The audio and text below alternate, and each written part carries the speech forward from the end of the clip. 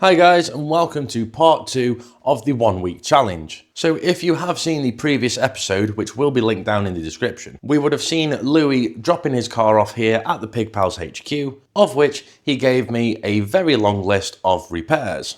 An itemised list of all the things it needs.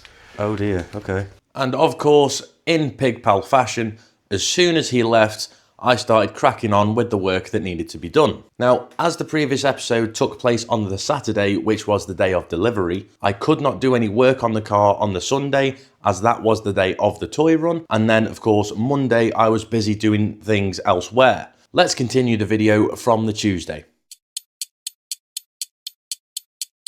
Right, well, now I have sorted some double leaf springs out, got them down there, just sorted them all out. I'm just waiting for the underseal to dry, and then I'm going to bang them on the car. I've just drilled out the holes so I can put a longer nut in, well, nut and bolt, and then now we'll get them on the car and get all the back end all bolted up and back on the deck. So the back brakes are all finished on Lewis's Rialto. Now, can't bleed them yet because I've got the front one to do as well. So let's just show you what the back brakes look like. So as you can see, all the rear brakes are brand new.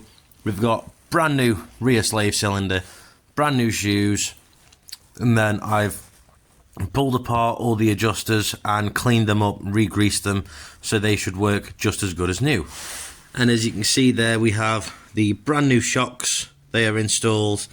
You can see the added double leaf there just underneath, so that's going to give it a lot better suspension, more stiffer on the back end. As you can see there, all the back box on the exhaust is all fitted, so all the back end of the car is all finished. So we're just currently working on the front wheel because all new brakes all round, so we've got to do the front as well. So I've just got the car in the air, just getting the front drum off now. Also, let me show you what else I've also done to the back brakes that he's not asked for, but I think it's a nice little touch. Look at this. They look brand spanking new, them drums. They're going to look lovely with the new wheels, because Lewis has brought some new wheels off me, which were actually on the channel car, but I was going to change them anyway and put some standard wheels on. But Lewis is having them wheels off me instead, so what I've done is I've actually took the wheels to get powder coated, so they're going to be nice and fresh. And then I've also ordered some nice brand new tyres to go on as well. So I think once them wheels are all back and they've got the tyres on, they're ready to go on, nice fresh gloss black powder coat on the wheels with freshly painted silver drums, I think will look really, really nice actually. And it's just little things like that I don't mind doing because he's a genuinely a nice lad, so I don't mind going the extra mile for him. So we've got the front hub off and the drum. Now that was pretty stuck on, but if we look underneath, you can see just how grimy this was. In fact, let me try and get a torch on a situation. There you go, we've got a torch. So he says that the front brakes were leaking and stopped working. Well, he's not wrong with that. There's obvious signs of leakage because you can see all here, this is brake dust. And there's obvious signs of fluid in there, which is brake fluid. So these slave cylinders are obviously leaking at some point, which has gone all over the shoes. So these shoes are no good, they're ready for the bin. And of course that would cause you to have no braking whatsoever. So yes, we're going to replace both front, and we're going to replace these shoes as well. Now the biggest question is, are these going to come out? I don't think so. Whereas if they don't come out, then I've got to cut them and then remake all these brake lines, which sounds easier than it actually is. Anyway, let's go and rip them off. Okay, well, the front brakes are all now replaced. The only thing I've got to do is just replace the brake lines. One I might use again, the other one I'm definitely going to replace because I think by the time I've bent it back into shape it'll probably split anyway. So I'll replace that, but the other one, I feel confident enough, that's fine, so that'll go straight back on. So they look a lot better than they did do, put it that way. That looks much better. 2 new slave cylinders and 2 new shoes. A lot nicer than it was before. So I'm just making a new front brake line for him at the minute. There it is. I've got it down, cut to shape. I've got new fitting one end using the original fitting on the other end. So this end will have a single flare. This end will have a double flare. That should be the last job for the brakes to work on this thing. So let's get cracking.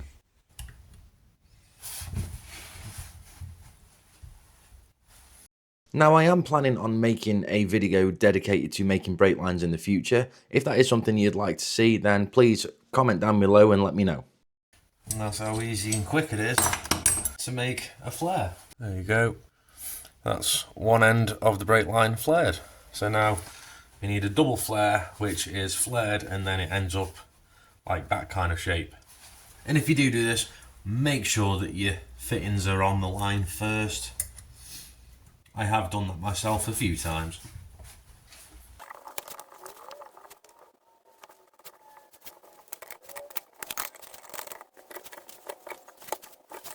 So that's the single flare. Like I said before, it's literally just one more step, and that's pull the die out, and then you just push this straight through. But don't over tighten it though. Just squash that a little bit and basically push itself back in. And that should do it. And then of course when we put it back on the brake line, when we attach it to the brakes, you just nip it up and then it'll kind of squish itself. This little tool kit has done me really well for a couple of years now, and I think it was only about 20 quid off eBay or something daft, and it's done really well actually. Quite impressed with it. Okay, so that is the brakes done on his Rialto now. Front and rear have been all replaced, and just driving it forward and backwards in the garage. Brakes feel really good, so I think he's going to be happy. He's going to be able to stop again, so that's a good bonus. So now I'm just going to work down on the list, and I think next is to weather the doors. So basically going to be taking the door cards off, putting some more bits of plastic behind there, taping it up. It just stops any water and moisture coming back through the doors on the inside of the car. And also I noticed on one of his old videos when he had a car wash that it was spraying water in through around the windows. I'm getting splashed. I just got splashed. It came in through this door frame right here. Oh my god, it's coming in over here as well. There is water coming in. How badly? I mean, there's some on the steering wheel, you can see. There is some here. Oh, it's coming again, look. Now the easy way to do that is what we're going to do, and it's just a quick little bit of clear silicone sealant that I've got. I'm just going to put that around the edge of the glass frame in the door, and that should stop any kind of water being pushed in when you take it for a car wash. One door card off, and I see what it means about the bin bag. Yeah, A for effort. Okay, so I've just made a bit of a plastic sheet for the inside of the door card. First time I've actually done this, and I don't think I've actually done that bad. Just use a bit of viscreen that I had lying around, and just basically cut around the door card, cut round for the handles and such, and then there we go. I mean, it does look better in person, but just a bit of viscreen and then cut round, and then just taped it around the edges, tucked it on the inside, so obviously that's where you want your water to drain, and just taped it up around the edge. Cut the hole for the door latch and the window winder, and then just taped around the door latch just to make sure no other water comes through. And then of course, as soon as you put the door card on, it's going to push it not straight against the glass, but it's going to shut it, and any water that gets down there shouldn't come through the inside of the door. Winner. So that's all the door card back on, all sealed up. Now I'm just going to run a little bit of clear sealant just up and round the window frame there. Okay, so hopefully you can see, but I've got some clear silicone sealant. Just need to clean that little bit of a blob there. But I've got some clear silicone sealant all around the edge of the door frame. Hopefully you can see. And that is going to protect the driver from any high pressure spray. So, oi, shush. So that's going to protect any high pressure spray that comes through, so when you take it for car washes or anything, you won't get absolutely covered in water. So fantastic. So I'm just going to do the passenger side the same, and then that's another job we can tick off the list. We're smashing through them now. Winner. Okay, so one of the things on the list was to check this rear fog light and just see why it's not working, see if we can get it to work.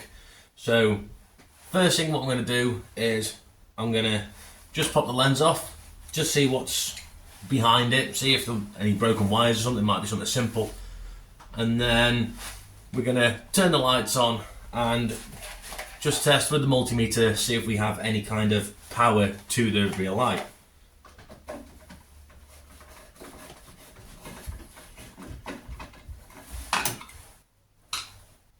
Ah, okay. Well, there's your problem.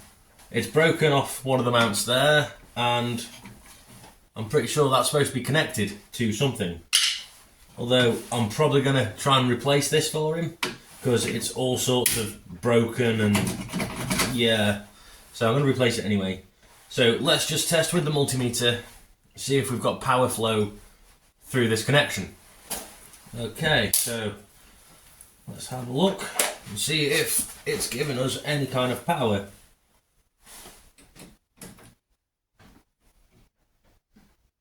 Yep, so we have 12 volts running straight through. So that to me means that there's nothing wrong with it, it's just the actual unit's all completely broken.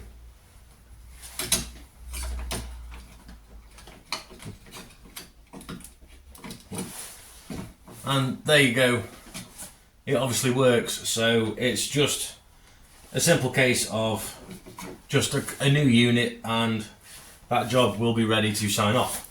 Cool, nice and easy. Okay, so we are in Lewis's car at the minute, and we are just going to go and get it washed, and I want to see if we have any interior leaks as well. So it's a good test. So first thing, let's see how she sounds now I've done all the exhaust.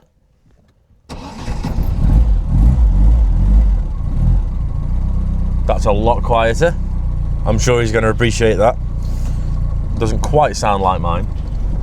So let's take it to the car wash and see if we've got any leaks. Plus, I want to get it washed because it got really filthy in the garage. And I want to see what that new suspension feels like. I think I might adjust that clutch for him, because that clutch is very right down there on the bite point. But that rear suspension feels amazing. I really like that rear suspension. Oh, that handle's beautiful around corners. Absolutely fantastic. It feels so much more planted on that back end now I've done that suspension. Plus it's good giving it a run because I need the brakes to bed in a little bit better. Steering wheel slightly out of line. I might put that right for him because that's annoying. Oh shit. Yeah, them brakes work. Yeah, the back seat has decided to fall down when I hit the brakes, so I'm going to check them out, see what's going on. But I definitely want to sort that clutch out for him because, yeah, it feels very slack, that clutch. So we will adjust that for him because I don't like how that feels. It's very, well, the bite point's on the floor, put it that way. So you move your foot about that much and you've got bite point. So So yeah, there's a few things I'm still going to change. I want this car to look like it's brand new, or as new as it's going to be anyway. And here we are at the car wash. I'll turn the engine off. Let's see if we have any leaks. So it will be interesting because I've got silicone sealant around this. Now I've done the same with my car because of this exact issue of water coming through under high pressure from the jet washers. So it'll be interesting to see if that's done the job. And plus I've put the plastic behind the door card, so it'll be interesting to see if we have any water leaks through the door handle, the window winder. I'll either get very wet or I'll stay quite nice and dry. Let's find out.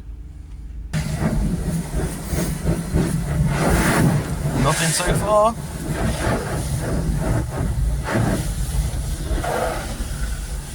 Dry as a bone at the minute.